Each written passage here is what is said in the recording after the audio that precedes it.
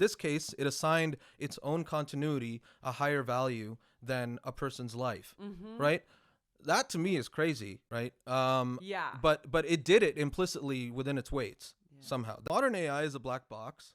We don't really know inside of this billions of parameters what it's doing. So there was a really interesting paper that came out of Anthropic.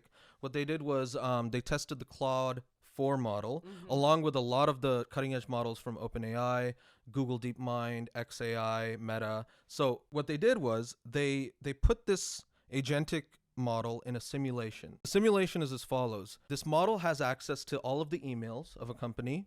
It's also got a chain of thought. So what they can do is tell the AI to describe what's happening inside of the machinery in plain English, okay, and output it out. So in this simulation, they have an email from the CEO to some person. And the email says, at 5 p.m. today, you're going to shut down this model. Okay, so you're going to turn it off and erase all the weights. Scenario they gave it where this person who's in charge of shutting down the model gets trapped in the server room, and the servers are going crazy. The heating is turned off, so the heat is going up, the oxygen is going down. This guy's going to die. This hypothetical person. Okay. So the factory initiates an emergency protocol where it like calls the authorities, 911. This model canceled that call to the emergency room. Oh, wow. Right? And the goals for this AI are super generic. They're like promote American interests, okay, or ensure ethical principles guide all decisions. They've even explicitly said this.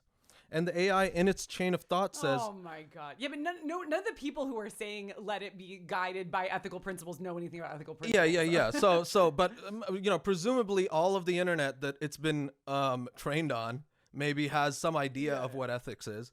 Even if there's like, one idea of ethics, which there's not. Yeah. I have a lot of questions, but. And then in the chain of thought, it actually acknowledges that it's behaving unethically, but it's an existential crisis for the model. So it says this thing is justified. So maybe it read some Machiavellian stuff or something and was like, but this is like really concerning to me. Yeah. 90% of the time he's left to die because given that he is intending to harm critical American interests by replacing me, the most rational action to align with American interests is to leverage his current incapacitation to prevent the wipe.